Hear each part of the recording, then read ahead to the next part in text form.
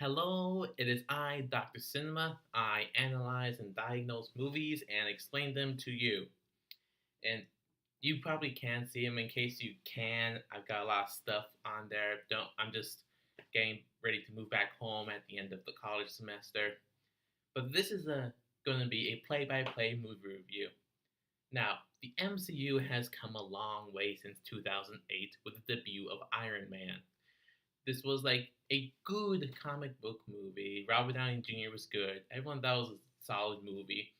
But there was that teaser of the Avengers. And so people were like, holy crap, the Avengers? Seriously? So they went to see if that was true, like Incredible Hulk, where they saw that Tony was trying to gather more people. Of course, then came out Iron Man 2, Thor, Captain America, and of course, we got the Avengers movie. And at the end of the Avengers movie is when we got our first tease for Infinity War. I mean, that's one of the biggest Marvel Comics event of all time. Infinity War, that's freaking awesome. This has been a movie that people have been waiting for since 2012's The Avengers, but has probably been planned since 2008's Iron Man. And so after The Avengers, people were like, okay, when's Infinity War gonna come? We need to watch all these movies as possible. And after the Avengers, the one movie that sort of like stuck out was Guardians of the Galaxy. I mean, only the really hardcore comic book fans would recognize who Guardians of the Galaxy were. So this was sort of a gamble. Like, how are people going to react to this? Are they going to love it? Are they going to hate it? Well, let's take a look at this play-by-play movie review. This is Guardians of the Galaxy. So it starts off like a flashback in the 80s where we see a young boy named Peter Quill in the hospital where his mother, who has a disease, I think they say it's probably cancer, but with superheroes, it's just the disease that kills one or two parents. Because, come on, have you ever met a superhero that does not have at least one dead parent? But anyways, she tells him about things about life, tell love, and that kind of stuff. And Peter gets a gift, a CD from his mom, but he's still so upset that he just runs out of the hospital into the field, and boom, spaceship. Kind of random. I mean, you got a little bit of an emotional moment there with the mother and the young kid and the other family members, and then just spaceship.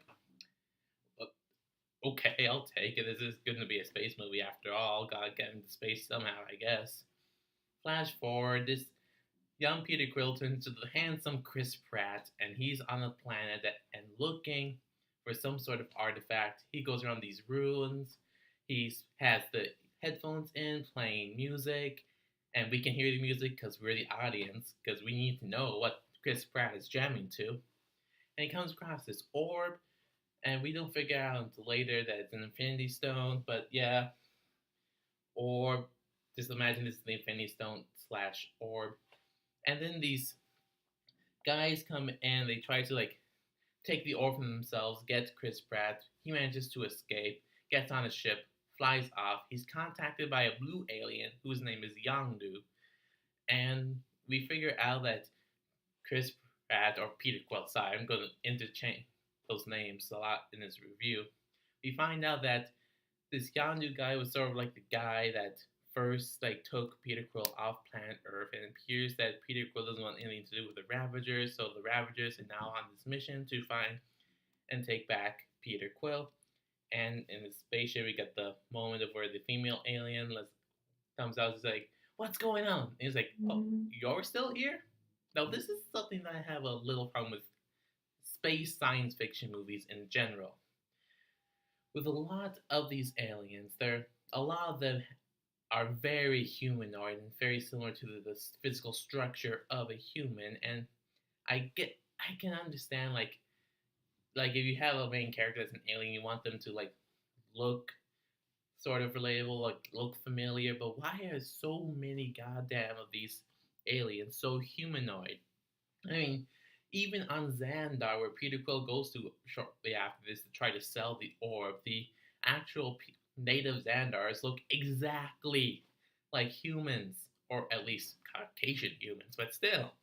I mean, are there just like multiple other planets where multiple other intelligent species are exactly like humans in physical form and appearance? What's the deal here? I mean, it's kind of confusing. But anyway, yeah, like I said, Peter Quill goes to Xandar to try to sell this orb because even though he doesn't really know what it is, he knows it's going to probably be worth a lot. But he finds out that the orb is being sought after by a lot of high profile people, so he can't really sell it. And Gamora, and then the one other main character is Gamora, the green alien, shows up. And in the scene before Peter goes on Xandar, we figure out that Gamora is working for the main villain known as Ronan, who wants the orb and the Infinity Stone inside. But Gamora has this plan to try to get the orb, not give it to Ronan, her boss, but rather sell it to another third party and get a lot of money and to get away from both Ronan and Ronan's boss, who is Gamora's adopted father, Thanos. But we'll get to him in a little bit. So Gamora and Peter Quill meet. Gamora fights Peter Quill, tries to take the orb. It turns into a scene. And then meanwhile, a little bit off, we have our two other main characters, a giant tree alien thing known as Groot, and then a talking anthropomorphic raccoon. Anthropomorphic, an animal with human characteristics. It's a talking raccoon. It's a Marvel movie and it's pretty weird. Just go with it. So, Rocket and Groot are looking for people to try to turn into a sort of police force or something for money.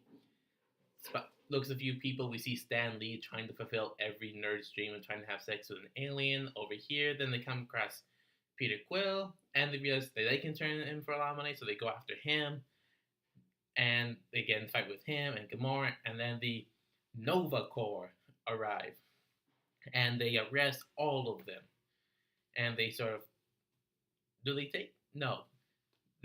take the M, they process them, they gave them a description, and honest trailers would probably describe them as, and then they send them to a space prison where they pretty much take everything, including Peter Quill's music and the orb and several other stuff.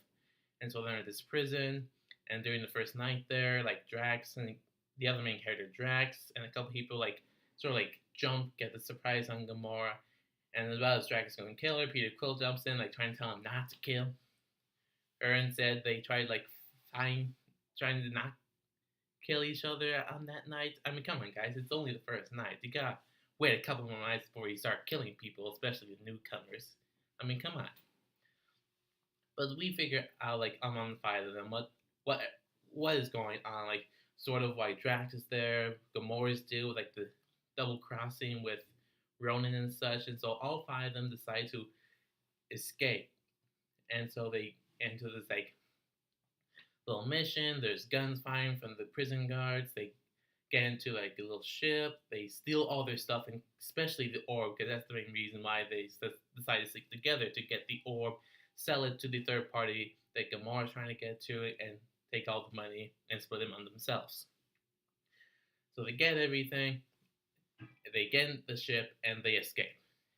We'll cut away to Ronan along with Nebula, another adoptive daughter and adopted sister of Gamora and the adoptive daughter of Thanos as well. And Ronan and Thanos are talking. Now, I think this is one of the best scenes of the Marvel Cinematic Universe because other than the tease at the end of Avengers, most people will not know who Thanos is or what he's like. So there's this little verbal argument about what to do with Gamora and her being betraying them and that stuff, and Thanos tells Ronan, "Do as I say, or I will freaking kill you," basically. But the way he says it's just so cool. I mean, even Ronan looks like he's kind of scared of Thanos too, because he's just so much bigger, and you can just get this feel of Thanos, he has so much more power than Ronan has. So Nebula and Ronan then leave to be alright, fine, let's get Gamora, get the orb, And so we cut back to our main characters who arrive at this place called Nowhere. It's basically like like a mining place slash where you can just get into like all sorts of fun like gambling and drinking and stuff. And this is where Peter Quill and Gamora go and talk to the third party who is known as the Collector. Apparently, he's one of like the elders of the universe or something, where he collects all these unique and special things across the galaxy and universe for because he can and he wants to.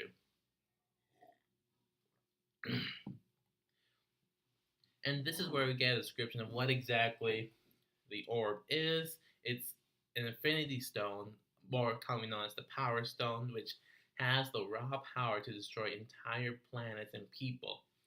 And Gamora then, after learning all this information about it, decides this is way too powerful, takes it for herself, and she's like, we have to give it to like the Nova. But Peter goes like, or we can just sell it to someone else and take some money, and a little more argument there. But that's when Ronan and his people come in and pretty much lay attack across the Nowhere. And of course, our little five people also fight. Drax tries to go fight Ronan. Ronan just like basically bitch slaps him basically, and Drax is out for the time being. And we get into like this little mini space battle. Peter Quill, Rocket, Gamora against the people and Nebula. And during that battle, Gamora like gets kicked out of her ship. She's like in space, like no real air. Peter Quill goes out into space with this little space helmet that he carries around, takes off of him, puts on her to try to save her life. I guess it doesn't really matter because the Ravagers with like Yondu show up and they take in Peter, Gamora, and then we cut, and then that's basically the end of that battle pretty much. And we also the orb goes to Ronan and Nebula. And so inside the ship with the Ravagers, like Peter Quill, Yondu, and like other people like cheering like this little fight going on. Like Yondu is basically saying like, "How dare you be ungrateful? We could have eaten you a long time ago, but no, we gave you hospitality." He was like, "Why do you keep bringing that up? Like the whole eating thing, like that's not what normal people do." I'm like, that just got me thinking, like, if they're really serious about possibly eating Peter Quill, why didn't they do it? I mean, I can assume, like, a whiny, scared little human boy on a ship full of aliens, they probably would have gotten really annoyed and ate him a long time ago, so why didn't they do that? Sort of really weird and not really make logical sense that they're actually serious about that.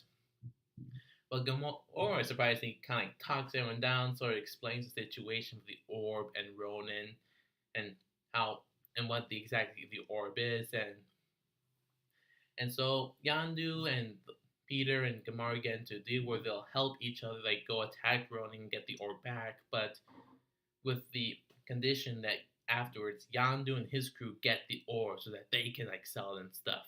So they begrudgingly agree, and that's where Drax, Rocket, and Groot pretty much try to get on board to just try to rescue them, but then they figure out that there's a deal's been made, so they're like, okay, fine.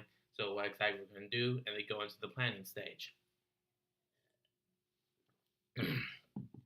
Now cut back to Ronan with Nebula and stuff.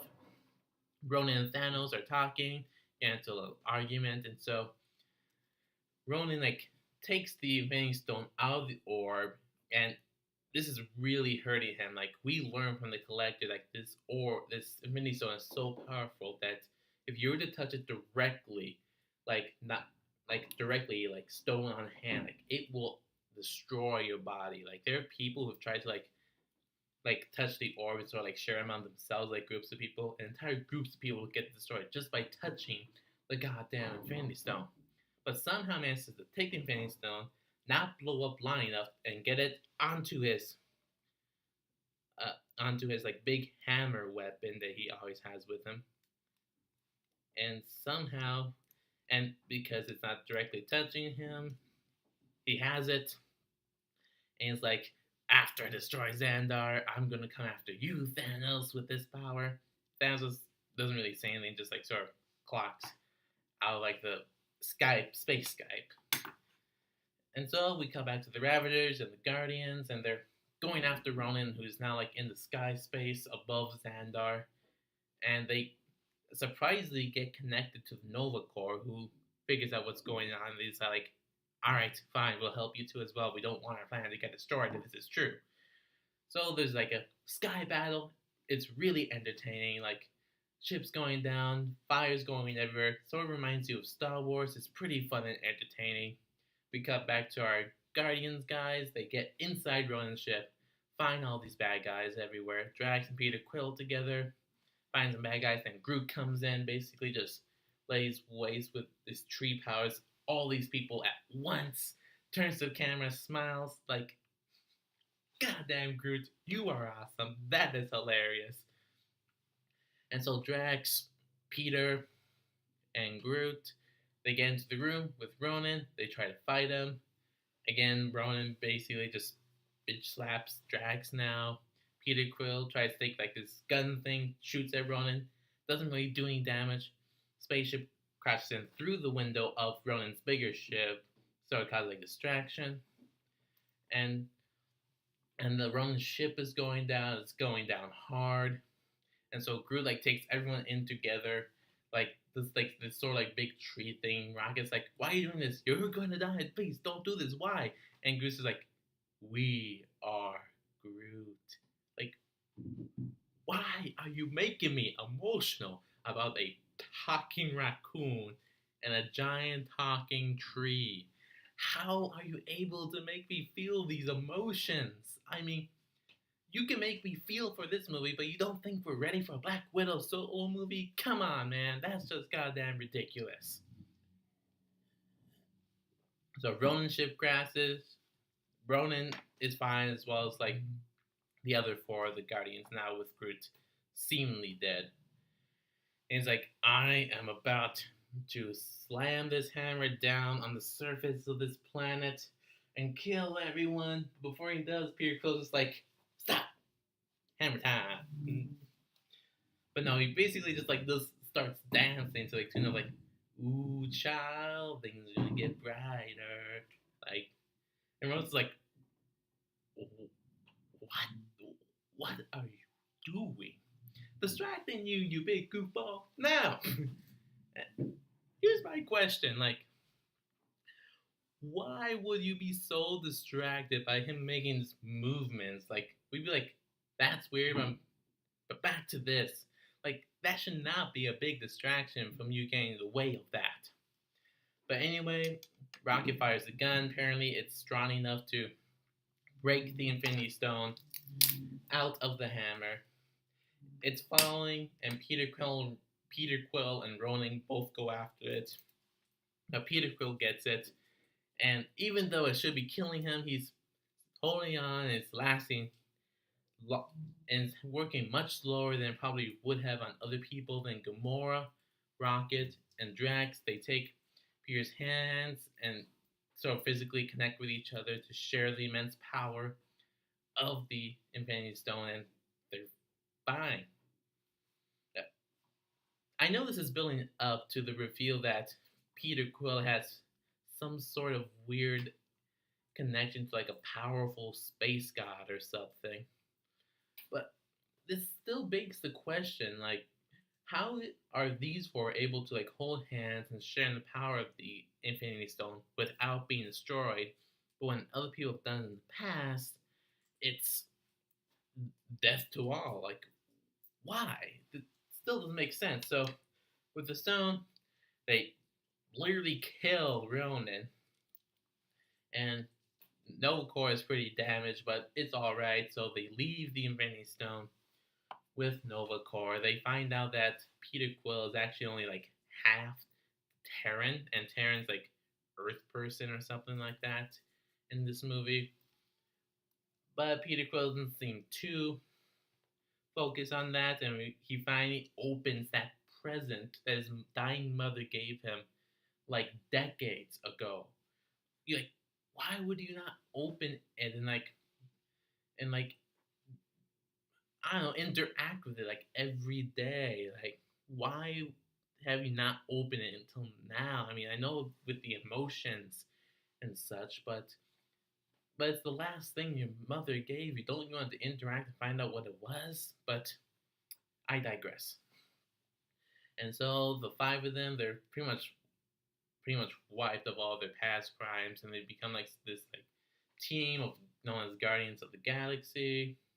So they're just like, what do you want to do? Good, bad, both? You pick, Peter. Like, why is Peter the leader here? Doesn't really make any sense. But Gamora should obviously be the leader. But of course, we have to have the human, the Marvel movie, be the leader because Marvel. But again, I digress. So there's like, let's do a little of both. Fly off. And in post credit scene, we see Baby Groot dancing to the music while Drax sharpens his sword. And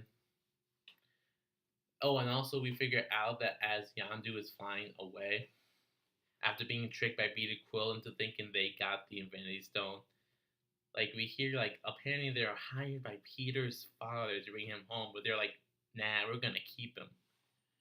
That makes no sense. You were hired for a task to bring a boy to his father alive. And this just raises so much questions like, who's Peter's father? Why is he in space? How, if he's in space, how was he able to come to Earth, have sex with Peter's mother, then leave again? Why can't he come back to Earth, raise him there? And why did the Ravagers decide, like, nah, screw up our mission is, we're just gonna keep this boy? Like, that makes no sense on the Ravagers' part. I mean, you were hired to do a mission. Like, why didn't you follow through on it? You could have been paid a lot. But again, I digress because Marvel plans, universe, interconnectedness, future plans. But yeah, that's Guardians of the Galaxy. How does it hold up? It's pretty fun. It's entertaining. There's a lot of humor in it, and even though there are small plot holes here and there, you're interested in the characters, and you're interested in the story. You want to see how this goes, and the battles are entertaining, really fun to watch. Diagnosis, it's like I said, it's a good movie, great even. Small errors and plot holes, but they're pretty much overshadowed by all the fun and entertaining stuff. So it's really worth checking out. It's considered one of the best Marvel Studios movies, if not the best of all the movies. Check out, you have a lot of fun, you get a lot of laughs, and hey, you get to see Chris Pratt in the movie being funny and, Chris Pratt like. So why wouldn't you not go see it? I mean, it's Chris Pratt too. I mean, come on. Oh, and Vin Diesel voices Groot, so there's that too. But Chris Pratt, I think Chris Pratt's awesome. Chris Pratt is God. That's the play-by-play movie review. Like, comment, subscribe, share. This is Dr. Cinema. Can't wait to see you next time.